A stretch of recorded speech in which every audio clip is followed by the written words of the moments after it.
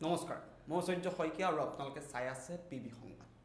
ৰাজ্যত এতিয়া চলি আছে পঞ্চায়ত নিৰ্বাচনৰ গৰম বতাহ গাঁৱৰ অলিয়ে গলিয়ে নিৰ্বাচনী প্ৰচাৰ চলাইছে ৰাজনৈতিক দলসমূহে যিসমূহ প্ৰাৰ্থী আছে তেওঁলোকে প্ৰতিদ্বন্দ্বিতা আগবঢ়াব আৰু তেওঁলোকে প্ৰচাৰ অভিযানত ইতিমধ্যে নামি পৰিছে হদিয়াৰ পৰা ধুবুৰীলৈ কেৱল নিৰ্বাচনৰ গৰম বতাহ পলি আছে আৰু এই নিৰ্বাচনৰ মাজতেই কিছু ভয়ংকৰ অভিযোগ উত্থাপন হৈছে একাংশ ব্যক্তিৰ বিৰুদ্ধে একাংশ ব্যক্তি যিসকল ব্যক্তিয়ে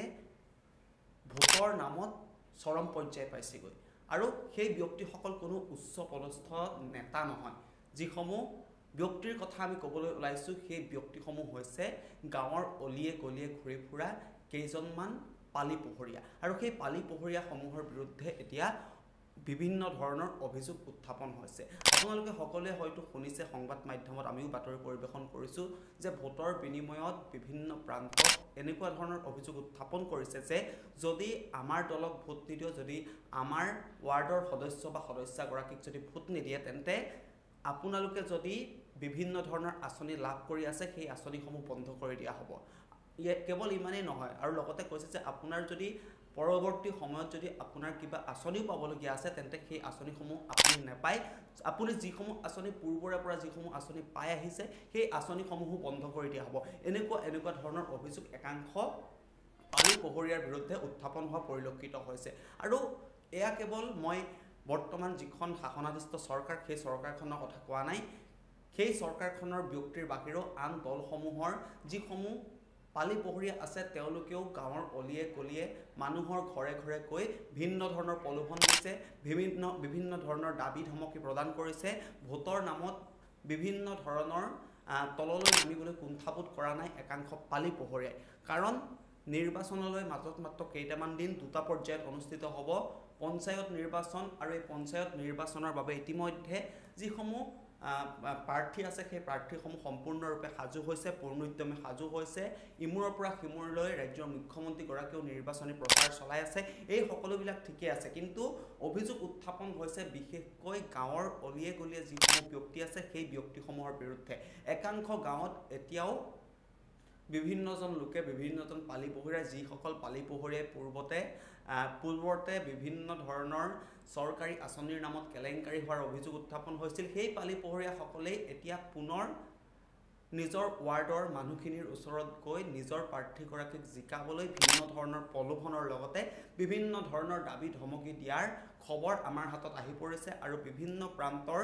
ৱাৰ্ডে এইসমূহ ঘটনা ঘটি থকাৰ আমি সম্ভেদ লাভ কৰিছোঁ কিন্তু এটা কথা দাবী উত্থাপন কৰিছে যিসকল ভোটাৰ আছে সেই ভোটাৰসকলক প্ৰলোভিত নকৰিবলৈ একাংশ সচেতন লোকে আহ্বান জনাই আছে যদিও তেওঁলোকে কাৰো কথা শুনা নাই তেওঁলোকে নিশাৰ আন্ধাৰত মানুহৰ ঘৰত যায় মানুহৰ ঘৰত গৈ বিভিন্ন ধৰণৰ দাবী ধমকি দিয়ে আৰু লগতে তেওঁলোকে মানুহৰ ঘৰে ঘৰে গৈ টকা বিলাই ফুৰে মানুহৰ ঘৰে ঘৰে গৈ ভোজ ভাত খায় আৰু তাৰ পাছতে ভিন্ন ধৰণৰ প্ৰলোভন দিয়ায় আৰু তাৰ পাছতে সেই প্ৰলোভনৰ বলি হৈ সেই ব্যক্তিজনে যাতে তেওঁলোকৰ সদস্য বা সদস্যগৰাকীক ভোট দিয়ে তেনেকুৱা ধৰণৰ প্ৰলোভিত কৰিবলৈ একাংশ লোকে চেষ্টা কৰা পৰিলক্ষিত হৈছে আৰু বিভিন্ন প্ৰান্তৰ লোকে অভিযোগ উত্থাপন কৰিছে আৰু আমাৰ হাততো শেহতীয়াকৈ বিভিন্ন প্ৰান্তৰ তথ্য আহি পৰিছে সেই তথ্যসমূহ আমি পৰৱৰ্তী সময়ত পৰৱৰ্তী প্ৰতিবেদনত আমি প্ৰত্যেকটো ৱাৰ্ডৰ পৰাই আমি প্ৰত্যেকটো খবৰ আমি আপোনালোকক দিবলৈ চেষ্টা কৰিম আৰু সচেতন নাগৰিকসকলে এটাই দাবী জনাইছে যে নিৰ্বাচনৰ ক্ষেত্ৰত যিসকল উচ্চ পদস্থ বিষয়া আছে যিসকলে এই পঞ্চায়ত নিৰ্বাচনটোৰ ক্ষেত্ৰত চোৱা চিতা কৰি আছে তেওঁলোকক এই পালি পোহৰীয়াসমূহক কি ধৰণে নাকি লগাব পাৰি তাক লৈ এক প্ৰকাৰৰ দাবী উত্থাপন কৰা পৰিলক্ষিত হৈছে আৰু ভোটাৰ ৰাইজে আশা কৰে অসমৰ জনতাই আশা কৰে যে এখন নিকা চৰকাৰ গঠন হওক আৰু সেই চৰকাৰখনক লাগিলে যিয়ে দল নাথাকক সেই চৰকাৰখনৰ যিসমূহ প্ৰাৰ্থী আছে সেই প্ৰাৰ্থীসমূহ যোগ্য হওক সেই প্ৰাৰ্থীজনে কেৱল পঞ্চায়ততেই নহয় যিকেইজন প্ৰাৰ্থী একোটা ৱাৰ্ডৰ পৰা প্ৰতিদ্বন্দ্বিতা আগবঢ়াব সেই প্ৰাৰ্থীজনেও যাতে নিজৰ ৱাৰ্ডটো সুচাৰুৰূপে পৰিচালনা কৰিব পাৰে তাৰ বাবে যিসকল পালি পোহৰীয়াই এই কামটো কৰি আছে সেই কামসমূহ বন্ধ কৰিবলৈ একাংশ লোকে এতিয়া দাবী উত্থাপন কৰা পৰিলক্ষিত হৈছে আৰু আমি পৰৱৰ্তী প্ৰতিবেদনত আমি ইয়াৰ যিসমূহ পালি পোহৰীয়া আছে প্ৰত্যেকটো পালি পোহৰীয়াৰ নাম